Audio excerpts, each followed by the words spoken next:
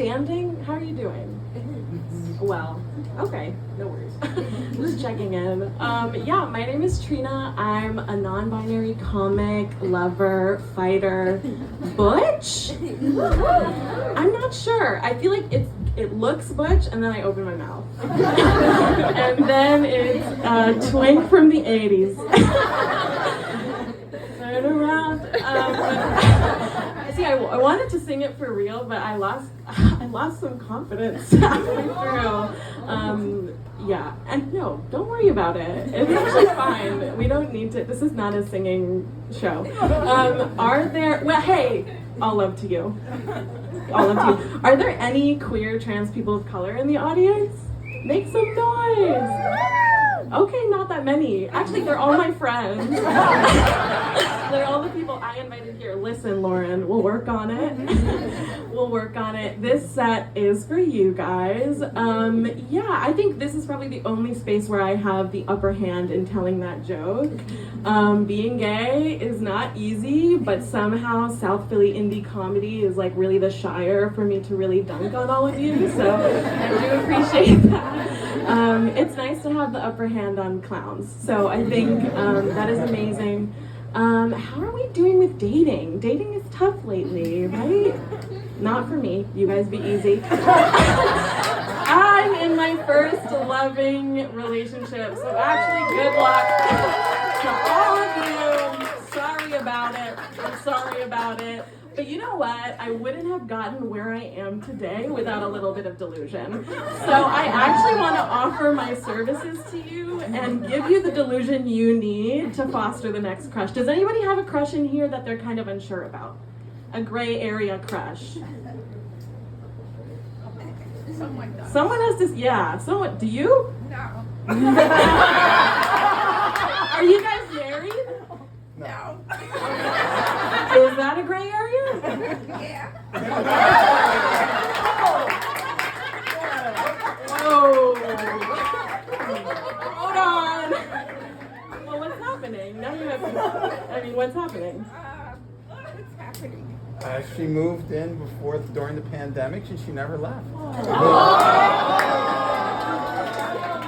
so are you crushes or what?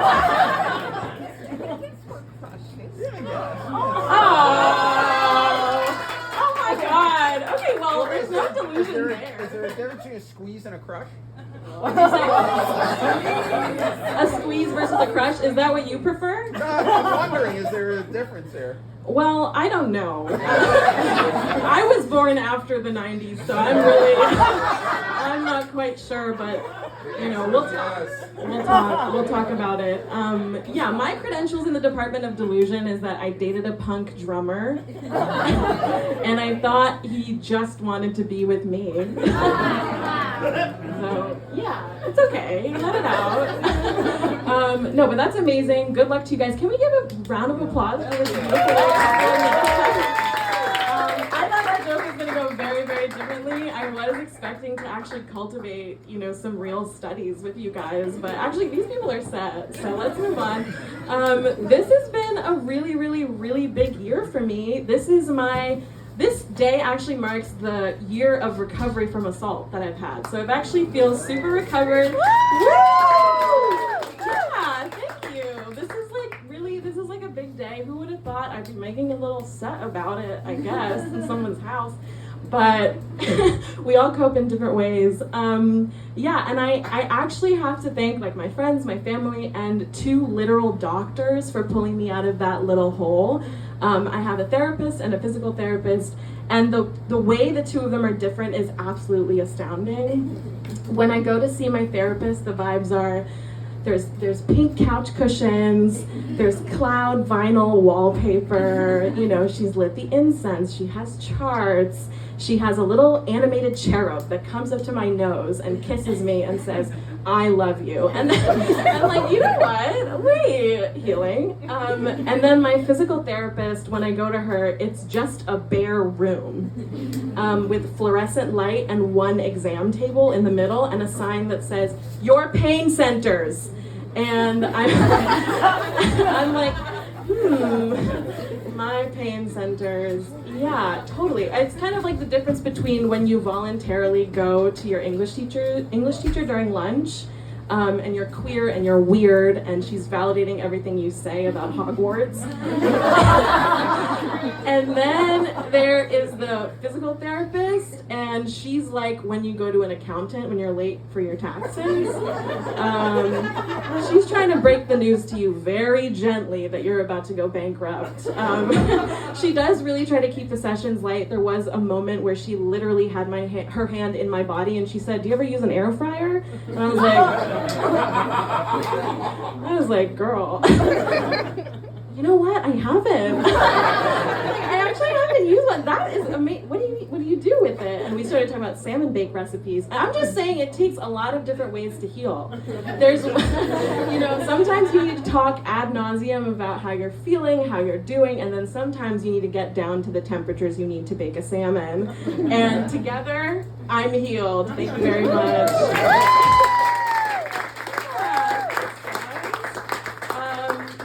I do think that, recovery is like a everlasting process. It'll probably take me my whole life. But I have found that since I've started, I've really been able to live authentically, and not in every context per se. For example, I went home to, is anybody foreign in here? Okay, I'm looking at my friends again. That's okay. Anyway, I'm foreign, and I went back to my parents' home city for the first time in like 6 years since I've kind of gotten into whatever kind of gender queerness is going on here. And I needed to do a little bit of straight girl drag, reasonably. So I really put my elbow grease into it, like I put my hair in pigtails, and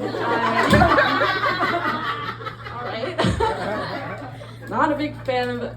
Anyways, I didn't even get to the punch. Anyway, I put my hair in pigtails, and I had a choker, and I had a little bag, and Aeropostale t-shirt, and long jeans, and these Converse, and I was like, this is gonna make it. This is gonna do. And then I went to I went to a mall, and I saw actual Bengali women, like real adult women, and they didn't look like me. They were wearing dresses and traditional saris and salwar kameez, and that's when I realized that my ass looked like an 8th grader by accident. And that's because that's the last time I remember myself being a girl, so it kind of makes sense. Yeah, okay. It's not as sad as you would, but it worked for my elders too, though. They were like really into they were like, "Oh my God, you look so nice, so traditional, blah, blah, blah."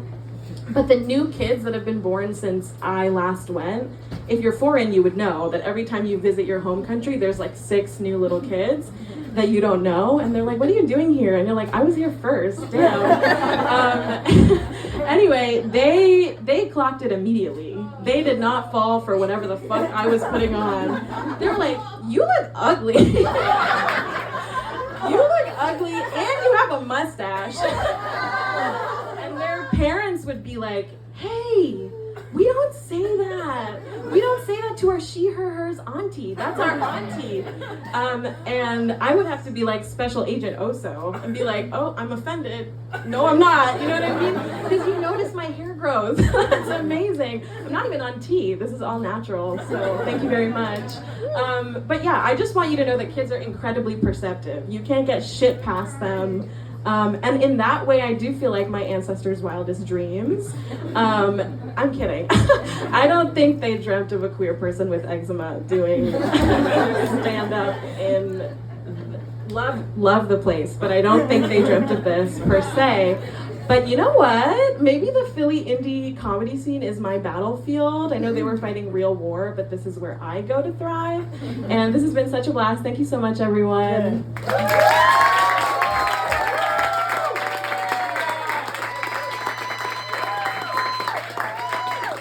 Keep it going for Trina.